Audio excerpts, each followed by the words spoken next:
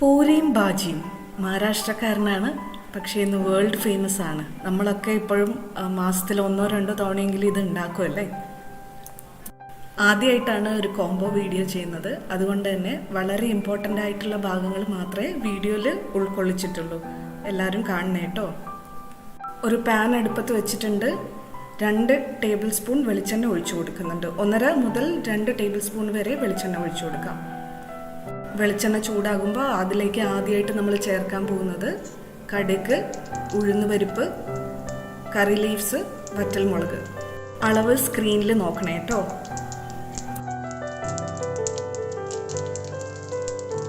ഇത് ചേർത്തിട്ട് ഒരു 5-6 സെക്കൻഡ്സ് കഴിയുമ്പോഴേക്കും ഇഞ്ചിയും പച്ചമുളകും ചേർത്ത് കൊടുക്കാം. രണ്ടും ഓരോ ടേബിൾ സ്പൂൺ വീതം എടുത്തിട്ടുണ്ട്.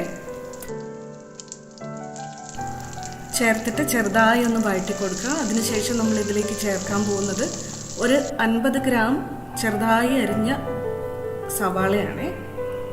സവാള ചേർത്തിട്ട് ഒന്ന് സോഫ്റ്റ് ആവുന്നത് വരെ മാത്രം ഒന്ന് വഴറ്റി കൊടുത്താൽ മതി, ബ്രൗൺ ആവുമൊന്നും വേണ്ട. ഉള്ളി സോഫ്റ്റായി കഴിഞ്ഞാൽ അതിലേക്ക് നിറത്തിന് വേണ്ടി കുറച്ച് മഞ്ഞൾപ്പൊടി ചേർക്കാം. ഒരു 1/2 ടീസ്പൂൺ എടുത്തിട്ടുണ്ട്. മഞ്ഞൾപ്പൊടി ചേർക്കുന്നതിന് മുന്നേ തന്നെ തീ ഒന്ന് ലോയിലേക്ക് തന്നെ വെച്ച് കൊടുക്കുക കേട്ടോ. ചേർത്തതിന് ശേഷം ഒന്ന് നന്നായിട്ട് ഒരു 5 മുതൽ 8 സെക്കൻഡ് വരെ ഒന്ന് വഴറ്റി കൊടുക്കുക. ഒന്ന് ബ്രൈറ്റ് ആവാൻ വേണ്ടിയിട്ടാണത്. ആ മഞ്ഞ നിറം ഒന്ന് എൻഹാൻസ് ആവും. അതിലേക്ക് ഇനി നമ്മൾ ചേർക്കാൻ പോകുന്നത് നമ്മൾ എടുത്തു വെച്ച 2 വെജിറ്റബിൾസ് ആണ്. ക്യാരറ്റും ഫ്രോസൺ പീസാണ് ഞാൻ എടുത്തിട്ടുള്ളത്. പട്ടാണിക്കടലേക്കാളും ഇങ്ങനെ ഈ രീതിയിൽ ചെയ്യുമ്പോൾ ഫ്രോസൺ പീസാണ് പെട്ടെന്ന് വെന്ത് കിട്ടുക. ഇല്ലെങ്കിൽ ഉണക്ക പട്ടാണിക്കടലയാണ് എടുക്കുന്നതെന്നുണ്ടെങ്കിൽ ഓവർനൈറ്റ് സോക്ക് ചെയ്ത് വെച്ച് പ്രത്യേകമായിട്ട് കുക്ക് ചെയ്തിട്ട് വേണം ഇതിലേക്ക് ചേർക്കാൻ. ഈ പച്ചക്കറിയിലേക്ക് വേണ്ടി മാത്രമുള്ള ഉപ്പ് ചേർത്ത് കൊടുക്കുക കേട്ടോ. എന്തുകൊണ്ടാണെന്ന് വെച്ചാൽ ഇതിലേക്ക് വേണ്ട ഉരുളക്കിഴങ്ങിൽ ഞാൻ ആദ്യമേ തന്നെ ഉപ്പ് ചേർത്ത് നല്ലോണം ക്ലീൻ ചെയ്തിട്ട് ഉപ്പ് ചേർത്ത് പുഴുങ്ങി വെച്ചതാണ് ഇത്. ഇതിൽ ഓൾറെഡി പാകത്തിനുള്ള ഉപ്പുണ്ട്. അപ്പോൾ അധികമായി പോകാതിരിക്കാൻ മറ്റതിൽ വളരെ കുറച്ച് മാത്രം ഉപ്പ് ചേർത്താൽ മതി കേട്ടോ. ഉരുളക്കിഴങ്ങും കൂടെ ചേർത്ത് നന്നായിട്ട് ഇളക്കി ചേർത്ത് കൊടുക്കുക. വേണമെങ്കിൽ ഒന്ന് ചെറുതായിട്ട് ഉടച്ചും കൊടുക്കുക കേട്ടോ. ഈ സമയത്ത് പിന്നീട് നമ്മൾ ഒന്നുകൂടെ ഉടയ്ക്കുന്നുണ്ട്.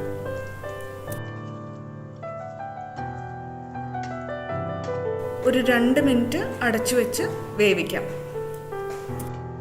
2 മിനിറ്റ് അടച്ചു വെച്ച് വേവിക്കുമ്പോഴേക്കും എല്ലാ പച്ചക്കറികളും നന്നായി വെന്തിട്ടുണ്ടാവും. എല്ലാം കൂടെ ഉടച്ച് ചേർത്ത് കൊടുക്കുക. ഇനി നമുക്ക് 1 ടീസ്പൂൺ കടലപ്പൊടി 3 ടീസ്പൂൺ വെള്ളത്തിൽ അലിയിച്ചെടുക്കണം. ഈ ഒരു സ്ലറിയാണ് നമ്മൾ ഇതിലേക്ക് ഇനി ചേർക്കാൻ പോകുന്നത്. ഇതൊരു ടേസ്റ്റ് മേക്കറും ആണ്. ഇതിൻ്റെ ഒരു ടെക്സ്ചറും ഒന്ന് എൻഹാൻസ് ചെയ്യും. ഇത് നോർത്ത് ഇന്ത്യയിലേക്ക് അവർ ഭാജി ഉണ്ടാക്കുമ്പോൾ അതിലിങ്ങനെയാണ് ലാസ്റ്റ് ചേർക്കുക. നമ്മൾ റെസ്റ്റോറൻറ്റിലൊക്കെ കണ്ടിട്ടില്ലേ, നമുക്ക് മനസ്സിലാവില്ലല്ലോ അത് എങ്ങനെയാണ് ഈ ഒരു ടെക്സ്ചർ കിട്ടുന്നതെന്ന്. ഇത് ചേർക്കുമ്പോഴാണ്, കടലപ്പൊടിയുടെ വെള്ളം ചേർക്കുമ്പോഴാണ് കുറച്ചുകൂടി ഒരു വൈറ്റിഷ് കളർ കിട്ടുന്നത്. വൈറ്റിഷ് അല്ല, തിക്ക് യെല്ലോ കളർ കിട്ടുന്നത്. ഇനി ഇതൊരു 30 സെക്കൻഡോളം അടച്ചു വെച്ച് ഒരു ചെറിയ തീയിലിട്ട് വേവിച്ചാൽ നമ്മുടെ കറി റെഡി ആയിട്ടോ. ഇനി അടുത്തത് പൂരി ഉണ്ടാക്കുന്ന പ്രോസസ്സാണ്. കഴിഞ്ഞ ദിവസം PG കുട്ടികളുടെ കമൻ്റ് ഉണ്ടായിരുന്നു. നേഹ, നന്ദു, അവരുടെ ഫ്രണ്ട്സ് എല്ലാം കൂടി ചേർന്ന് ബ്രേക്ക്ഫാസ്റ്റ് കോംബോ ഒക്കെ കോംബോ ചെയ്യാൻ പറ്റുമോ എന്നുള്ളത്. എനിക്ക് ഇത്ര ലോങ് വീഡിയോ ചെയ്യാനുള്ള ഒരു കോൺഫിഡൻസിൽ ഉണ്ടായിരുന്നില്ല. പക്ഷെ അവർ കാരണം എനിക്കിത് ചെയ്യാൻ പറ്റി. താങ്ക് യു നേഹ, നന്ദു, പിന്നെ എല്ലാ കുട്ടികൾക്കും. കണ്ടിട്ട് അഭിപ്രായം പറയണേ കേട്ടോ. ഇനി പൂരി ഉണ്ടാക്കുന്ന പ്രോസസ്സാണ്. നല്ലൊരു പൂരി, അധികം എണ്ണ കുടിക്കാത്ത നല്ല പൂരി ഉണ്ടാക്കുന്നതിൽ പ്രധാന പങ്ക് വഹിക്കുന്നത് അത് കുഴയ്ക്കുന്ന പ്രോസസ്സ് തന്നെയാണ്. അതാണ് ഇവിടെ 6 സ്റ്റേജസ് ആയിട്ട് കാണിച്ചിരിക്കുന്നത്. ഇതറിയാവുന്നവർക്ക് ഇത് സ്കിപ്പ് ചെയ്യാം കേട്ടോ. ഗോതമ്പ് മാവിൻ്റെ അളവ് ഞാനിവിടെ എടുത്തിരിക്കുന്നത് 1.5 കപ്പാണ്. 250 ml കപ്പിൽ 1.5 കപ്പ്. അതിനുവേണ്ടി എടുത്തിരിക്കുന്ന വെള്ളം 175 ml ആണ് കേട്ടോ. അത്രയും വെള്ളം മതി നമുക്കിത് നന്നായിട്ട് കുഴച്ചെടുക്കാൻ. ഇതിലെ ഫസ്റ്റ് സ്റ്റേജ് എന്ന് പറയുന്നത് ഇതിലേക്ക് ആവശ്യമുള്ള അത്ര ഉപ്പ് ചേർത്ത് നന്നായിട്ട് മിക്സ് ചെയ്യുക എന്നുള്ളതാണ്. രണ്ടാമത്തെ സ്റ്റെപ്പിൽ നമ്മൾ ചെയ്യുന്നത് ഇതിലേക്ക് ഒരു 30 ml വെള്ളം ചേർത്തിട്ട് ഈ മാവ് നമ്മൾ നല്ലൊരു ക്രംബിൾ രൂപത്തിലാക്കിയെടുക്കുക എന്നുള്ളതാണ്. ഇതിൽ ലാസ്റ്റ് കാണിച്ചിട്ടുണ്ട്, മനസ്സിലാവും. അപ്പോൾ ഈ രൂപത്തിലാക്കിയെടുക്കണം നമുക്ക്. മൂന്നാമത്തെ സ്റ്റേജിൽ നമ്മൾ ചെയ്യുന്നത് 1.5 കപ്പ് വീറ്റ് ഫ്ലോറിന് 1.5 ടീസ്പൂൺ കോക്കനട്ട് ഓയിലോ അല്ലെങ്കിൽ ഏതെങ്കിലും വെജിറ്റബിൾ ഓയിലോ ചേർത്തിട്ട് ഇതേപോലെ തന്നെ നന്നായിട്ട് മിക്സ് ചെയ്തിട്ട് ക്രംബിളാക്കി എടുക്കുക. ഇതെന്തിനങ്ങനെ ചെയ്യുന്നതെന്ന് വെച്ചാൽ ഇതിലെ ഗ്ലൂട്ടനെ ഒന്ന് ഐസൊലേറ്റ് ചെയ്യാൻ വേണ്ടിയിട്ടാണ്. അല്ലെങ്കിൽ എന്താ പറ്റുന്നതെന്ന് വെച്ചാൽ നമ്മൾ നന്നായിട്ട് വെള്ളം ഒഴിച്ചത് മിക്സ് ചെയ്യുമ്പോൾ ഇതിലെ ഗ്ലൂട്ടൻ ആക്ടിവേറ്റ് ആവും, വെള്ളം വലിച്ചെടുക്കാൻ തുടങ്ങും, സ്റ്റിക്കി ആവും. പിന്നെ നമ്മൾ ഓയിലിലേക്ക് ഇട്ട് ഫ്രൈ ചെയ്യുമ്പോൾ അത് എണ്ണ കുടിക്കാൻ തുടങ്ങും. അതാണ് പറ്റുന്നത്. അതിന് വേണ്ടിയിട്ടാണ് നമ്മൾ നന്നായിട്ട് കുഴച്ചെടുക്കുന്നതിന് മുന്നേ എണ്ണ ഒഴിച്ചിട്ട് നന്നായിട്ട് ക്രംബിളാക്കി എടുക്കുന്നത്.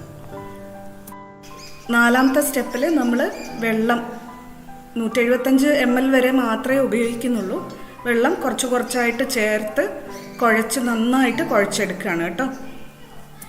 കുഴച്ച ഒരു സ്റ്റേജിലെത്തുമ്പം നമുക്ക് തോന്നും, അയ്യോ വെള്ളം കൂടിപ്പോയോ എന്നൊക്കെ തോന്നും. അതുപോലെ ആയിരിക്കും അതിൻ്റെ ടെക്സ്ചർ, ഗ്ലൂട്ടൻ നന്നായിട്ട് ആക്ടിവേറ്റ് ആവുന്ന സമയം. പക്ഷേ അത് പേടിക്കേണ്ട. ആ സമയത്ത് നിങ്ങൾ എക്സ്ട്രാ പൊടിയൊന്നും ചേർക്കരുത്. നീഡ് ചെയ്തുകൊണ്ടിരിക്കുക, കുഴച്ചുകൊണ്ടിരിക്കുക, ഒരേ രീതിയിൽ ഇങ്ങനെ കുഴച്ചുകൊണ്ടിരിക്കുക. ആ സമയത്ത് പതുക്കെ ആ വെള്ളം വലിഞ്ഞ് മാവ് നല്ല ഫേം ആയിക്കോളും. ഇതാ കണ്ടോ, ഇതുപോലെ ആയി വരും. സ്റ്റെപ്പ് 5 ഞാൻ ഈ കുഴയ്ക്കുന്നത് പോലെ തന്നെ 1 മിനിറ്റോളം കുഴച്ചുകൊണ്ടിരിക്കുക. അത് കഴിയുമ്പോഴത്തേക്കും നമ്മൾക്ക് പാകത്തിന് സ്ട്രെച്ചി ആയിട്ടുള്ള പൂരീൻ്റെ ഡോ കിട്ടും.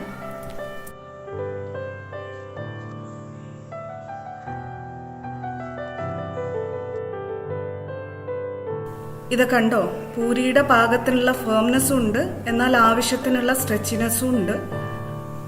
ഇനി ഇതിൻ്റെ കൂടെ നമുക്ക് കുറച്ച് വെളിച്ചെണ്ണ ചേർത്ത് മാവിൻ്റെ ടെക്സ്ചർ ഒന്ന് സ്മൂത്ത് ആക്കി എടുക്കണം.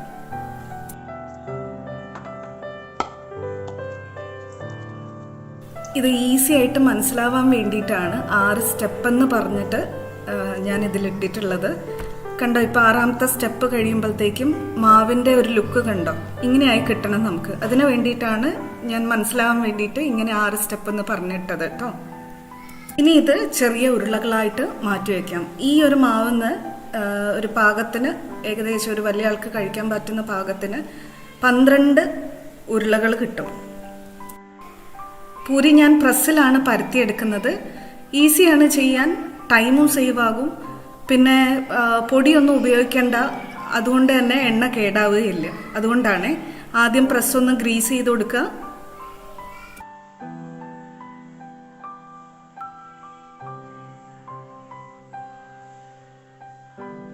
പിന്നീട് ഒരു ബോൾ എടുത്തിട്ട് സെൻറ്ററിൽ നിന്നും ജോയിൻ്റ് വരുന്ന ഭാഗത്തേക്ക് ഒരല്പം നീക്കി വെച്ചു കൊടുക്കുക.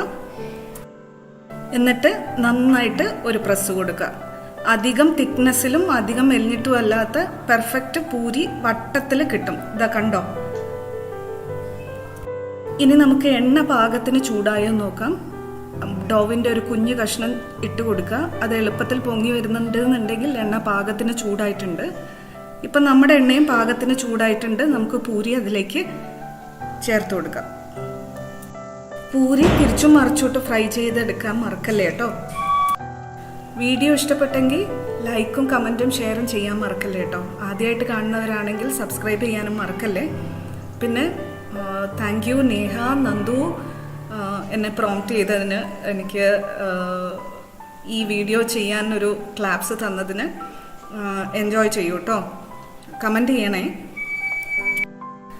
പിന്നെന്താ, ലവ് യു ഓൾ.